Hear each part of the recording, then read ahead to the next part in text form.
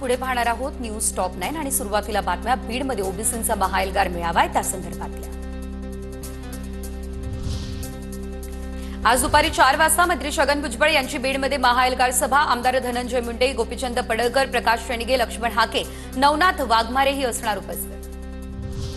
मोर्चाचा मला निरोप नसल्याने ओबीसी मोर्चाला जाणार नाही, पण मोर्चाला माझ्या शुभेच्छा। मराठा आरक्षणाचा जिया रद्द होईल अशी आशा भुजबळांच्या बीडमधील महाएल्गार सभेवर वडेट्टीवारांची ही प्रतिक्रिया। ओबीसींचा आजचा मोर्चा अजितदादांचा राष्ट्रवादी पुरस्कृत असा मेळावा। बीडच्या ओबीसी महाएल्गार मोर्चावरून जरांगेंचं हे विधान। अजित पवारांना बीडमध्ये मतदान नको असेल, जरांगे पाटलांची अजित पवार यांच्यावर ही टीका। आमचं आरक्षण संपलंय कारण आम्ही मराठा बांधवांच्या स्पर्धेत टिकू शकत नाही। ओबीसी आंदोलक लक्ष्मण हाकेंचं वक्तव्य। तुमच्या नावावर 7/12 तरी आहे, मात्र भटक्या विमुक्त जाती जमातीच्या लोकांच्या नावावर 7/12ही नाही, हाकेंची जरांगेंवर टीका। बीडमधला मोर्चा हा कुठल्याही पक्षाचा पुरस्कृत नाही। ओबीसींचं आरक्षण संपुष्टात येतंय, आरक्षणाला धक्का लागणार नाही यासाठी प्रयत्न करणार। छगन भुजबळ यांच्याकडून हा निर्धार व्यक्त।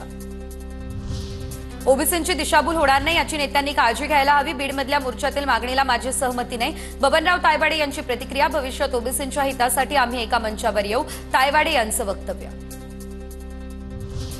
मराठवाड्यातला मराठा बांधव ओबीसी आरक्षणात जाणार तर मराठवाड्यातला मराठा हा कुणबीच आहे, मनोज जरांगे यांच्याकडून हा पुनरुच्चार।